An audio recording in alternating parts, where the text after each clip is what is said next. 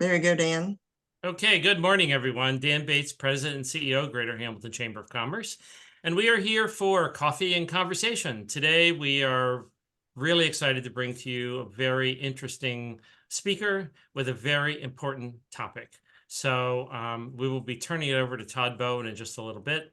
And he is going to be talking about an issue that we're very concerned about with tipped wage for servers here in Ohio. So Tod, we'll get back to you in just a little bit, and you can introduce yourself, and we'll get started as soon as we do self-introductions. So we are also on Zoom, so if you have any questions, feel free to interrupt the speaker, and he'll gladly answer those questions for you.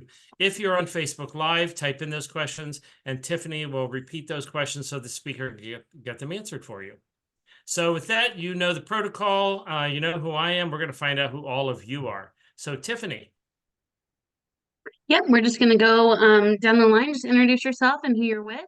We'll start with you, Scott. Hello, Scott Hetzel with Saxon, Small Business Group Health Insurance. Great. Gretchen. Hi, Gretchen Johnson with Covenant Coaching, a life and leadership coach. Thanks for being here. Ms. V. Hi, I'm Vanessa Cummings. I'm the pastor at Payne Chapel AME Church in Hamilton. I also have Ms. V Consulting LLC, and I'm also running for state representative for the 47th District. Thanks for being here. Christina. I'm Christina Kaplan with Focus on Youth, a private foster care agency. Great. Laura. Hello, everyone. I'm Laura Merrill with the Greater Hamilton Chamber. Great. I'm Tiffany Grubb with the Greater Hamilton Chamber. We have one more person popping on, I believe. So as soon as here they go.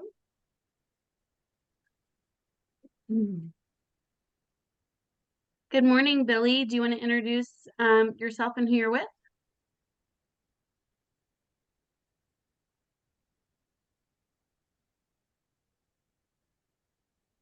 All right. We'll go ahead and Dan, you want to?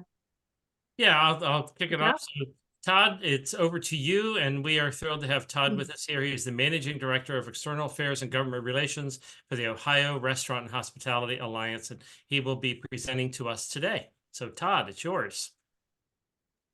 So thanks, Dan. Thrilled to be here. Appreciate the great relationship with the Hamilton Chamber and all the work that you guys do on behalf of the businesses in Hamilton and the surrounding area.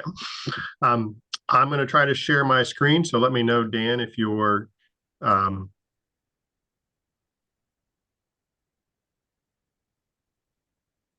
you seeing my screen? Yes, we are. Perfect. You're good. Awesome. Well, again, thank you for the opportunity today. What I'm going to do is I'm going to walk through a little bit about the Ohio Restaurant and Hospitality Alliance, but then we'll talk about some threats to the hospitality industry, but specifically a potential ballot initiative. And what I'll touch on is what is it? What are some of the things that we have done to be prepared and ways that we're communicating about it? And then we'll end with what are some ways that we can all work together relating to this. So first of all, with the restaurant industry does continue to grow. This bar chart shows nationally from COVID, obviously a real dip during COVID, but after that began to bounce back and in times bounced back quickly. But even now it has a kind of a leveling amount of growth. Some of that is through traffic and some of that is through restaurants taking price as well. This is to say the size of the restaurant industry specifically in Ohio.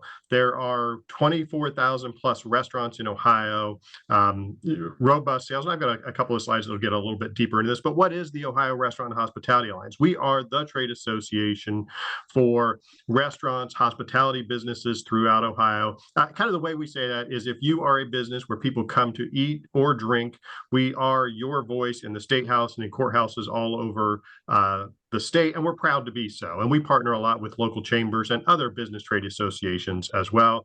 Obviously, advocacy is a big part of what every trade association does, but we also offer robust resources to our members as well.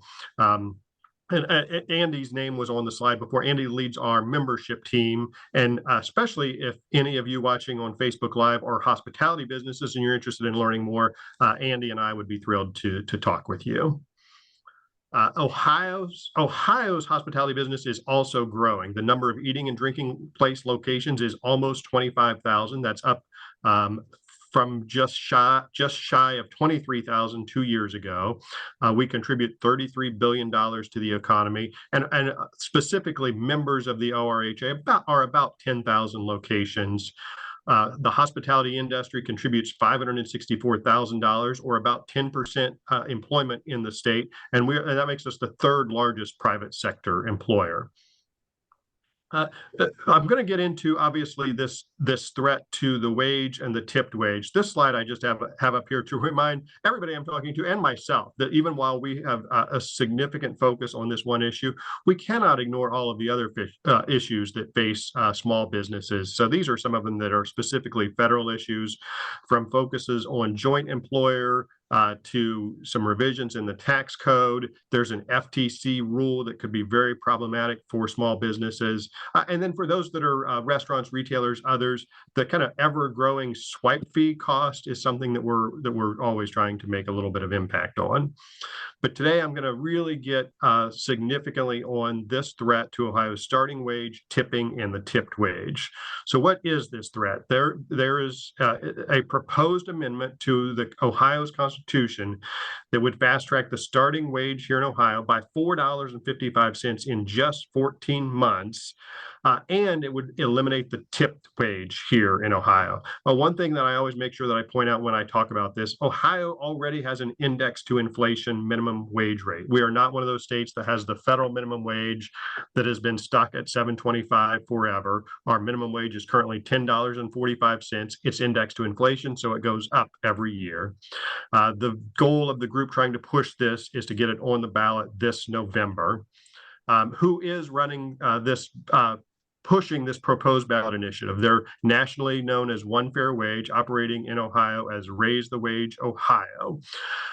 They are currently out there gathering signatures. They have to gather about 414,000 valid signatures in 44 of Ohio's 88 counties by July 3rd to try to get this on the ballot.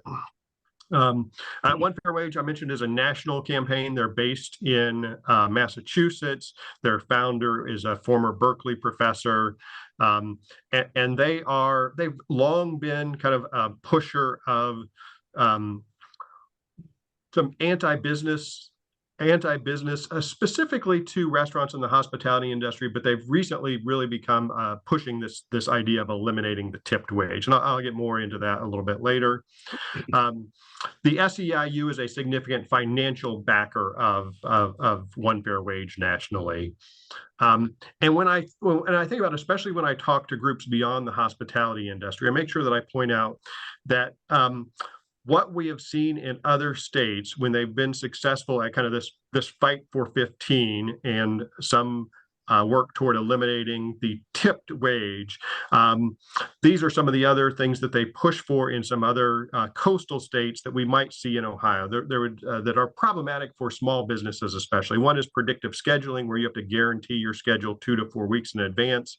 And if you deviate from it, even to help an employee, you can have a labor violation. Sectoral bargaining is a significant part of this. And in states where they've won the fight for 15, kind of the 22 is the new wage number that they're often pushing for. And then I'm going to get a little bit in the weeds on tipping and the tipped wage. Obviously, if you are not a significant hospitality person, you kind of have some idea that a tipped wage exists, otherwise alternatively known as the tip credit, but you may not know specifically what it is. So the tipped wage is the ability for those who employ regularly and customarily tipped employees to pay a wage rate less than the full minimum wage. That varies from state to state. In Ohio, it is specifically set at half of the full minimum wage. It's also indexed to inflation, so it does go up every year with CPI. Another thing that's important to point out is that the employer is and always has been legally obligated to pay the full up to the full minimum wage if with tips the employee does not make the full minimum wage. Now, the other truth is Very, very rarely, I can't say never because I'm sure it has happened, do they ever have to do that, because servers, bartenders, other tipped workers in the hospitality industry do very well. The average is $27 an hour. And if you think of that in terms of a bar graph, 90% of those tipped workers make between $19 an hour and $41 an hour. So on the high end, they do very well. And even on the low end, they're doing much better than the $15 flat wage that's being proposed for this constitutional amendment. This is just a pictorial representation of kind of the current status of where they are. They're in the signature gathering phase. If they gather the signatures, there would be a robust campaign. Probably would start, there's the time to where they have to certify their signatures takes most of July. So starting in August, you'd start seeing a robust campaign, a public vote on November 3rd. And if they're successful, the minimum wage would immediately go to $12.75 on January 1st, and then to $15 an hour a year after that. And then it starts squeezing the tipped wage, and the tipped wage goes away in about a 3-year time frame. Ohio is not the only state where they are working to do this. They have publicly said they would like to eliminate the tipped wage in 24 states by 2026. These are the 8 states that they're most actively involved in right now. Some they're doing via ballot initiative like they are here in Ohio. Some are more traditionally trying to go through the state legislature. And then in some instances, they are going kind of city council by city council and trying to do that there. A place where they were recently successful in doing this at the city level was in Washington, D.C. It was began to go into effect November of 2023. And these graphs are just to say some things that we're seeing in DC that we might see in Ohio if this were to happen in Ohio. One thing that restaurants do, a lot of them might implement an automatic service charge. Prices have to rise about 20 to 30%. Often they would decrease the number of tipped employees. Even some DC restaurants have said they would close a location or move a location outside of DC into the suburbs. Customers in DC said they would eat out less, eat at home more, or go just outside of the suburbs. And obviously in Ohio, in a lot of Ohio, you can't just eat out in the suburbs, but in the Cincinnati area, that would certainly be a threat that a lot of business and servers and restaurants could end up leaving Ohio and going across the river. And the things that kind of polling and surveys said were likely to happen have happened.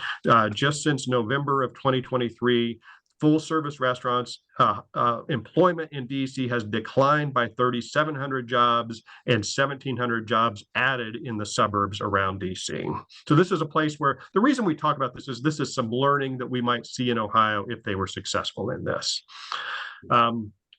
This is a testimonial from a server, an IHOP server said he used to make $120 to $160 a night as a server. And then after the implementation of this, it was $80 to $110 a night. I just put this slide up to say, because sometimes when I do this, I get questions about tipping fatigue. And in customary full service restaurants where tipping has kind of been in part of the American model for a long time, people support the idea of tipping. Where there is some tipping fatigue is more in what we refer to as transactional tipping. So think if you go to the airport, you go to the cooler, you get the bottle of water out, you probably scan it yourself, and then when they turn around the screen, there's a prompt for a tip. That's where Americans have some tipping fatigue. But generally speaking, Americans appreciate the model of tipping that we've had in our country. This slide is just to say that I think it's fairly evident if you were to say for a business, their front of house labor costs would be tripled and all other labor costs would go up. That would be problematic for the operator. But one of the points that we always make is it is not just problematic for the operator. It is problematic for servers and bartenders as well. They do end up making less money. There end up being less full service jobs. A lot of restaurants go to, kind of more of a food runner as opposed to a true server. So that a lot of them lose out on that opportunity to make the robust tips. It's a loser for customers because as I said, prices have to go up about 20 to 30% depending on the restaurant's model, just for them to stay at the same profit margin, which in restaurants is fairly thin. And service is less good because you have less of the kind of traditional tipped workers. It's problematic for communities. If you think about it, it used to be kind of, a major department store or something else that really lent vitality and was kind of the cornerstone of a community. Anymore, it can often be a cool restaurant, a cool brewery, and that hospitality businesses really do bring vibrancy and vitality to a community. And anything that makes those more difficult to operate is problematic for the communities in which they sit. And it's problematic for Ohio's economy, especially if this is happening in Ohio and not in our surrounding states at a time where we really do have some economic tailwinds, some good things happening. This would be really problematic for Ohio. There's a study out there called The Case for the Tip Credit. They do a really great job. They've done national work with servers, and servers really do value the tipping system. They do well. This Case for the Tip Credit is up on our website. If you want to get a little bit more in the weeds in it, I would certainly encourage you to do that as well. And we are very dedicated to continuing to educate not just our industry, but community, elected leaders, everybody around Ohio about this threat, and kind of leading a charge as to why this is problematic for Ohio, our communities, and our hospitality businesses. This is just up here. This is a matrix that I put up. These are many places that we are working to try to educate businesses, educate leaders, all of the things that one would do to run a campaign. And I will not get into all of them today. We would be here for a couple of hours, but I will go through a couple of them that are kind of timely and that we're making some significant progress on. One is obviously the first thing is we are working hard to make sure that we are building awareness amongst kind of restaurant and hospitality leaders throughout Ohio. So we have met with all of the major companies here in Ohio. Some of them are Cincinnati based, some Cleveland, Columbus, and some just have restaurants all over Ohio. But we are not just meeting with kind of the big restaurant leaders. One of the things that we know is this is going to impact small mom and pop restaurants, small businesses the most. So we've spent a lot of time meeting with small groups, trying to get small restaurant owners together and make sure that they are aware that this is coming and ways that they can join the fight against it. And obviously, this is just to say, the hospitality industry is a big industry. When you think about it, it isn't just the people who actually work in restaurants, bars, other hospitality businesses. It's all of the suppliers that support it, from those that deliver food to restaurants, to all of the equipment to restaurants. And we are actively engaging with that group and making sure that they are aware. And then often they even then help us and they kind of become boots on the ground and help tell the restaurants that are their customers as well. We have very significantly, and thanks to Dan and the Hamilton Chamber, they were one of the first that we went and talked to about this, but we are actively working with the local chambers and local CVBs all over the state of Ohio. You guys have such robust impact on your community. You have deep relationships with all the businesses, and we've been in every corner of Ohio, partnering with a chamber and a CVB and making sure that local businesses in every part of Ohio know about this. Obviously, we also talk to the elected office holders. We want to make sure, while this will be a ballot initiative, so it'll be voted on by the voters, you want to make sure that our elected office holders, from our state leaders to our local leaders, are aware of this as well. And then obviously, this is not something that just impacts hospitality. So we are robustly engaging with the other major business trade associations throughout Ohio, especially those that lobby significantly at the state level, at the state house as well. We have really been successful at getting some positive earned media. Myself and John Barker, our CEO, have been able to get stories both on TV and in the newspaper. And generally speaking, we've been able to get our side of why this is problematic for Ohio's communities and Ohio's small businesses. And then we've also gotten some small business owners who have gotten good at speaking up, and some servers who are beginning to have their voice in this as well. We've specifically worked to get a group called the Restaurant Workers of America. They are a group started in Portland, Maine, where this threat first came. And Josh, who's a server in Portland, and then really took the lead in fighting this in Portland. He's come into Ohio, has helped us kind of tap into the voice of servers. So that's something that I think you'll start seeing more and more as we get closer to July 3rd and whether the other side might have the signatures or not. One of the things that you will see on our website, if you go to it, it's Protect Tips Ohio, and I'll have a QR code for that up at the end. We've got a video of servers talking straight to camera, and I won't try to play it here. It doesn't often work when you're trying to do it in a virtual environment, so I'll skip through it, but I would really encourage you to do that. It's really a powerful tool, and it does show you how engaged servers are going to be in this.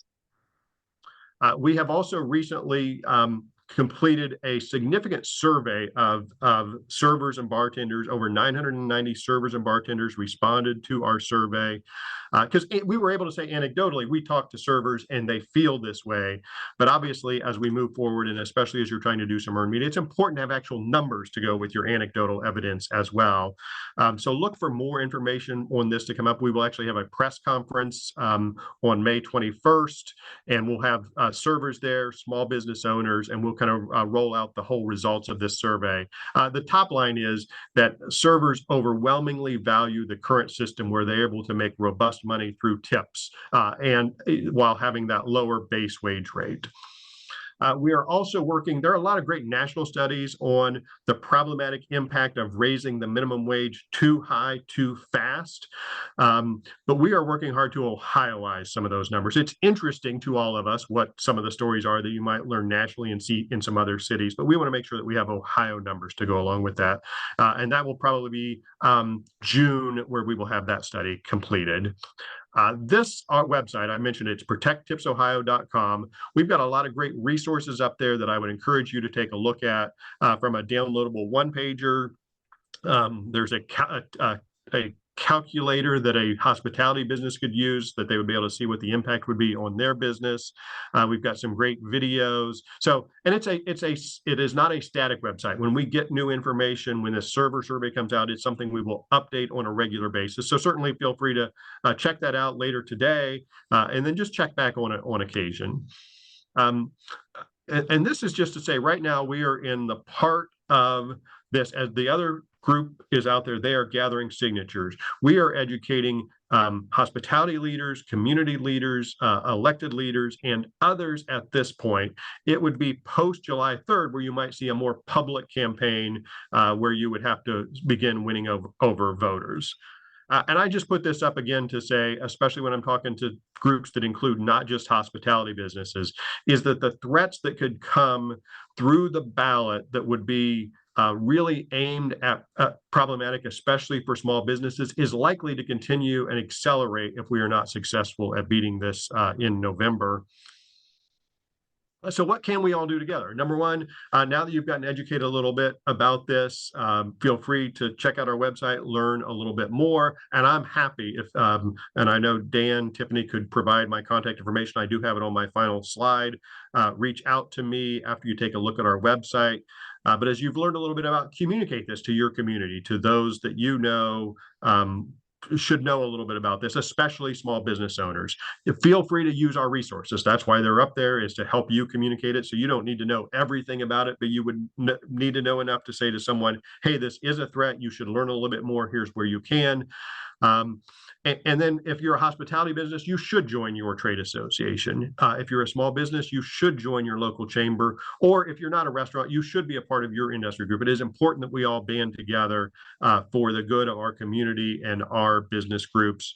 And then obviously everything, when you have leading toward a potential campaign, we'll have to have folks willing to give to advocacy efforts. So some of that's through us, some of that's through your local chamber, but always be willing to put your money where your mouth is if it's something that you believe would hurt your business.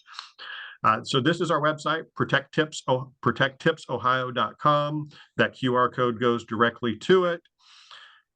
And this is my contact information. I post on a regular basis on LinkedIn. So you might see some things even on my LinkedIn page before they go on our website. So feel free to follow me there. On my Instagram page, I just post about cool restaurants that I go to.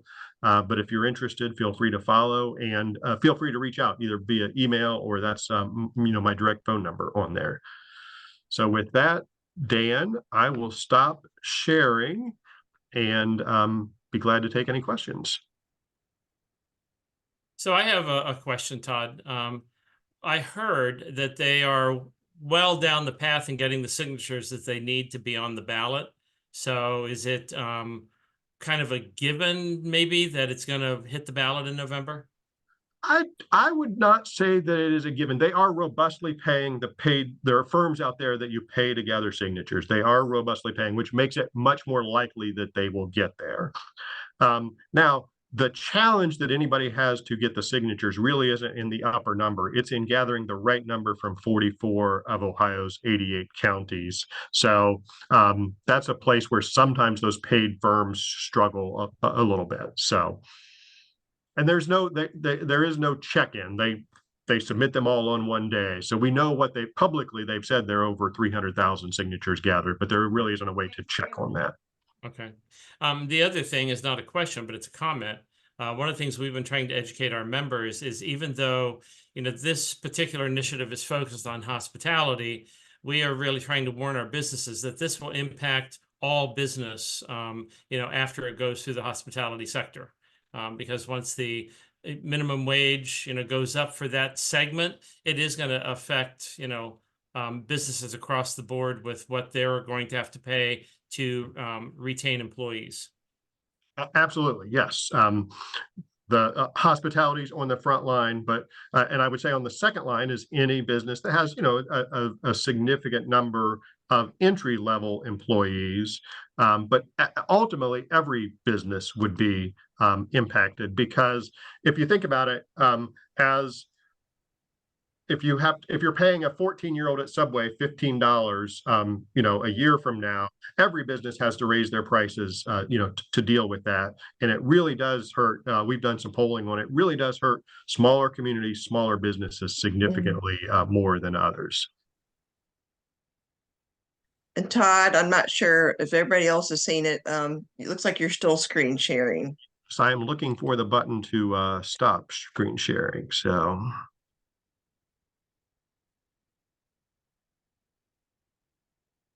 It should be up at the top of your screen. If you hover around the top of where your video is, you should see a black bar that says stop. Well, while he's looking for that, any other questions? I might be able to, let me see if that works. There we Yeah. go. Okay. Other questions for Todd?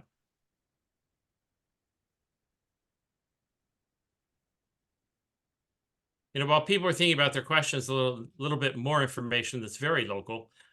We did a quick check with our local restaurants to see what employees are currently making. And the average is 22 to 25 with tips. Some of our higher end restaurants are making 45 to 47 with tips. So this will actually, hurt those employees. And those are similar, Dan, to numbers we see in a lot of communities around the state. And so some things that are said are that it's only the really high end restaurants, but we Skyline servers, for instance, that's one group that we just met with, and they do, their average is about $20 even at a Skyline. So if your check price is a little bit lower, often you make it up on volume.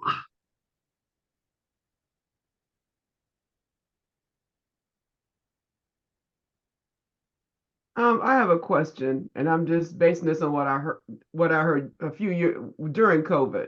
So I realize things have changed since then. So this is good information for me to get better understanding of how this works.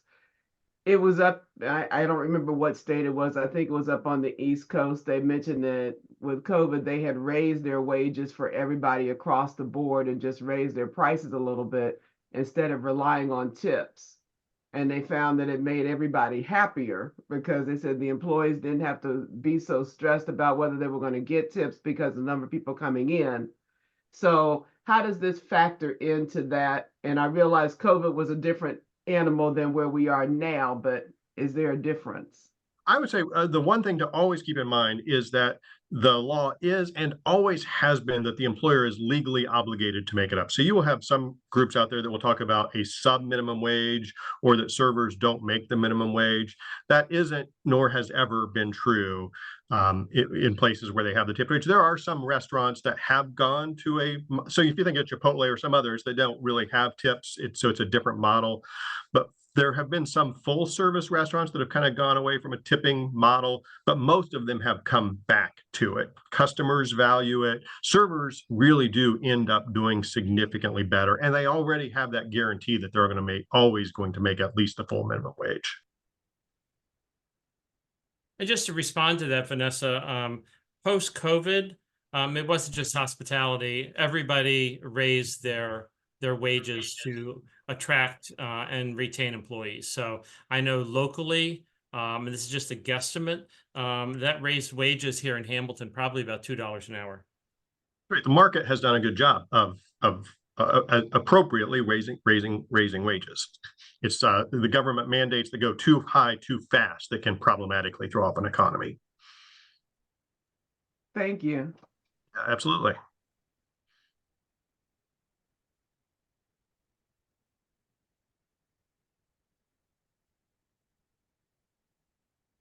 Any other questions for Todd? You did a really good job of informing us, Todd. Nobody has any questions. Well, my pleasure. I've been doing this a lot. I mean, as a chamber, we are extremely concerned about this, not just from the business perspective, but we actually do believe that it will hurt employees' income. Yes, absolutely. The other Absolutely. bigger issue, which you touched on, that scares me as much, if not more, is the scheduling mandates. You know, one of the reasons that there are many gig workers in the restaurant industry as far as they have more than one job. And they do that for flexibility. And, you know, that there's a lot of students and, you know, single parents and things like that. So but it also gives the restaurateur some flexibility. If business increases or business declines, you know, they can kind of work together on adjusting that schedule. With the schedule mandates, that goes away. And, you know, so I believe that business owners will be less likely to ramp up when they think they're going to have a rush, because then they can't send people home if it doesn't happen without, you know, potentially being cited, you know, for labor violation. So it's really kind of a mess. I don't know of any restaurants that can predict, you know, 2 weeks in advance exactly how their business is going to be. So. Absolutely. So basically, restaurateurs will, you know, have less hours or hire fewer people.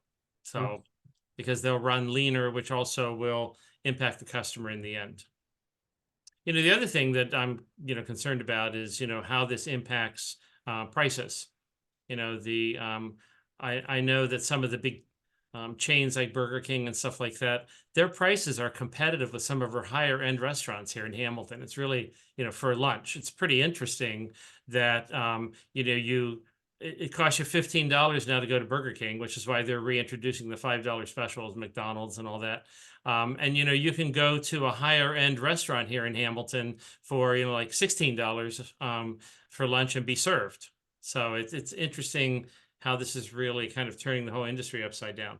It's helping local small higher end restaurants with the prices of the fast food chains, but I don't, you know, what that long-term impact is going to be.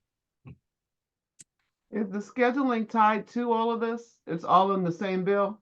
No, the scheduling is something that we've seen happen in other states as kind of a follow-up to this. Okay. I mean, the other thing, because I've been reading up on this a lot, just for everybody, there have been several hundred restaurants closed in California with the passing of this. And I was reading 2 longtime establishments in downtown Washington, D.C., when this was implemented, closed and moved out to the suburbs to get away from it. So, you know, it does have, so far, we've seen it does have a real impact on whether or not businesses stay open. Absolutely. The news out of California is exactly that. Too high, too fast. And that's our fear that's what would happen here in Ohio. I mean, I just talked to a brand new business yesterday who's just now opening, and he was not aware of this. So I was explaining to him, and it's a restaurant, you know, and he's just opening, and he said if this goes through, he'll close. Because just getting started, he can't do this.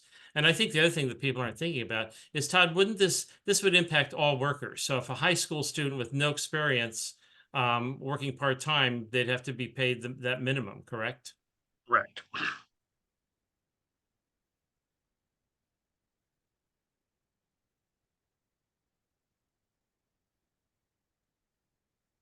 All right. So do we have any more questions for Todd? Nope. Apparently not, but I'll tell you what we are going to do, just so everybody knows. Todd, we want to do this today because we're going to be blasting this out to the world. So it'll go on our YouTube channel that people can watch it later, but we are also going to be direct emailing it to our membership and anyone else that we can think of multiple times between now and July. Wonderful. Wonderful. It'll also be archived on our Facebook page also. So I don't think Tiffany's had any questions pop up there, but anybody that's on there, you can. I have not. Okay, We have perfect. lots of people watching, but no questions yet. Okay, good. They can reach out to you, Todd, anytime with questions. You had your contact information on there. So we'll be back in a couple of weeks for our next coffee and conversation. That is Tuesday, May 28th, 9 a.m. here on Zoom. That will feature Nancy Conan Cahall and Lisa Cruz with the Council on Aging. They are going to discuss who we are and how we can help you in your business. According to the Scripps Gerontology Center, between 2005 and 2020, the total population of Butler County grew by 16%, with the number of residents increasing by 50 to 405,000. So the population of older adults has definitely increased during that time, up to 70%. So they are going to discuss, present on the state of aging in our region and provide information to help you and your business work with this aging demographic. So as we wrap up, Todd, I want to thank you for a really informative and excellent presentation. And if there's anything else that the Greater Hamilton Chamber can do to help you get the word out or whatever, do not hesitate. Awesome. We appreciate that, and everybody have a great day. Thank you. Thank you. Bye, everyone.